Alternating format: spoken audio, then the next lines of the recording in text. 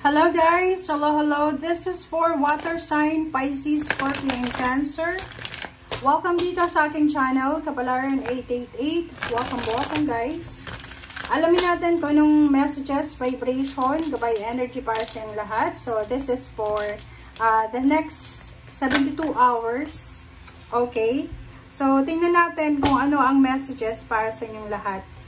Water sign, Pisces, Scorpio, and Cancer. First card mo dito, don't let pride get in your way. Full moon in Leo.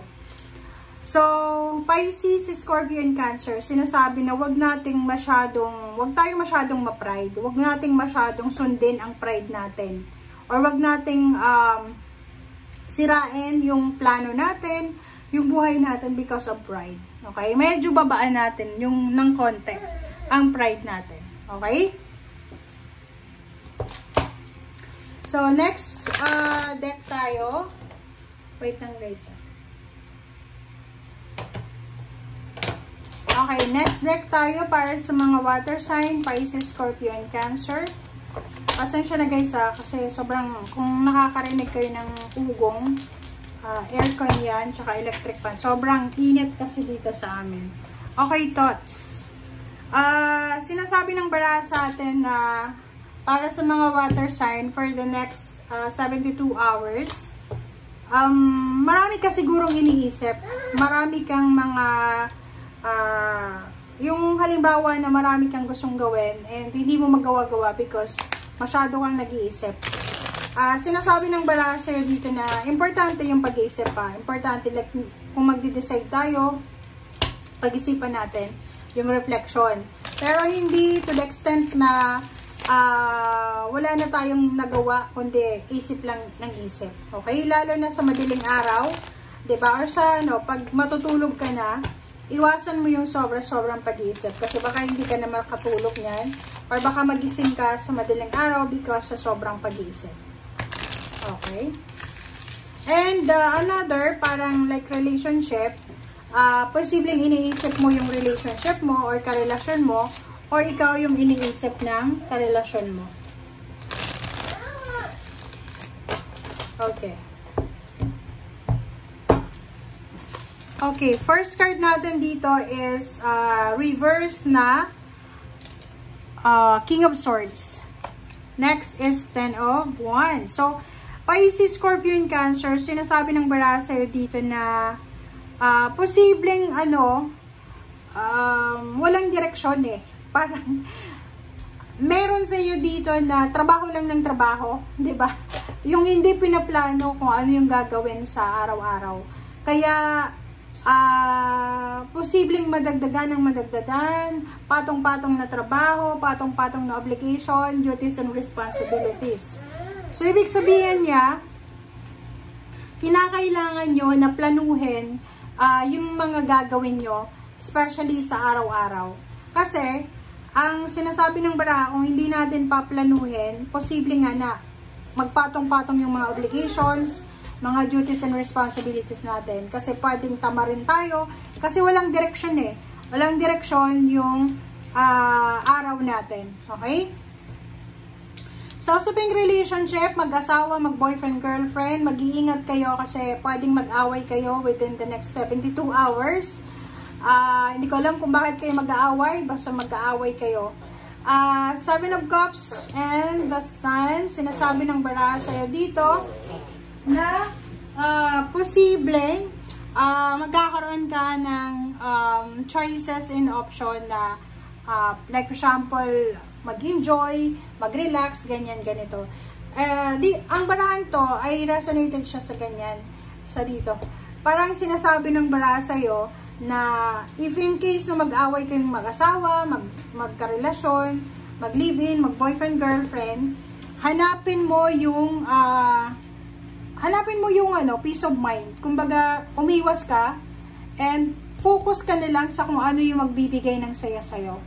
Okay? Kasi, di ba, pag nag-aaway, parang medyo hindi maganda yung energy. Okay. Isang napakabilis na balita ang posibleng darating sa'yo. So, nakikita ko dito, there's a good news about travel. So, success. Maybe may pinaplano ka, water sign, Pisces, Scorpion, Cancer na travel, and siguradong sigurado ka na for the next 72 hours, posibleng nakapag-book ka na ng plane ticket, nakapag-empake ka na, or kung future pa siya, possible na ready ka na. Okay? And yung iba naman sa inyo dito, this is Chariot, isang napakabilis na success, tagumpay, ang posibleng matatanggap mo. Okay, so, yun na nga, dito, sinasabi ng baraha sa'yo, water sign, Pisces, Scorpion, Cancer, na posibleng isang mabilis din na desisyon ang gagawin mo. Pwedeng makakapag-isip ka na bumili ng sasakyan, ng motor, ng bicycle, ng tricycle, or ng sasakyan. So, pwedeng mabilis na bilhin ng plane ticket, bus ticket, ano ba, mga tickets na yan para sa transportation na gagamitin mo. Okay, so 5 of Pentacles and then Emperor. Okay, so yung iba sa inyo, maybe pinagdaanan kayo ng financial problems or health problems. Maybe last year or maybe yun, 'di ba? Medyo ganoon naman talaga tayo eh. Minsan hindi maganda, minsan maganda ang buhay ng tao. So, dito sinasabi ng barahan na you will recover. Okay, you will get the power to recover. So, maganda. Maganda yung sinasabi ng barahan mo dito. Okay? And in terms of money, sinasabi ng baraha sa'yo dito, water sign, Pisces, Scorpion, Cancer, na mamamanage mo din yung pera mo ng maayos. Like for example, for several years or months na masyado kang magastos because of health problems or kung ano pa man, sinasabi ng baraha dito na you will have the authority or you will get the authority na mamanage yung salapi mo ng maayos simula ngayong 72 hours ago. Okay, so yun, dito sa Queen of Cups and the Sun, ayun na nga, pag may mga bagay-bagay sa paligid mo na parang uncontrollable, like may mga nag-aaway or inaaway ka or kung ano pa man, sinasabi ng baraha sa'yo na kalmahin mo ang iyong sarili. Okay? You need to calm yourself. Okay? Kalmahin mo ang sarili mo and isipin mo na yung mga bagay-bagay na hindi para sa'yo ay hindi para sa'yo. And huwag tayong makikisali sa mga gulo or kung ano pa man yan, chismis, inggitan, kasi bad vibes yan. Okay, Ace of Cups. Yung Ace of Cups dito, sinasabi ng baraha sa'yo na yun, aapo yung cups mo kasi merong parang good news about relationship, about family, about someone na nagkikare ka or kinikare mo siya.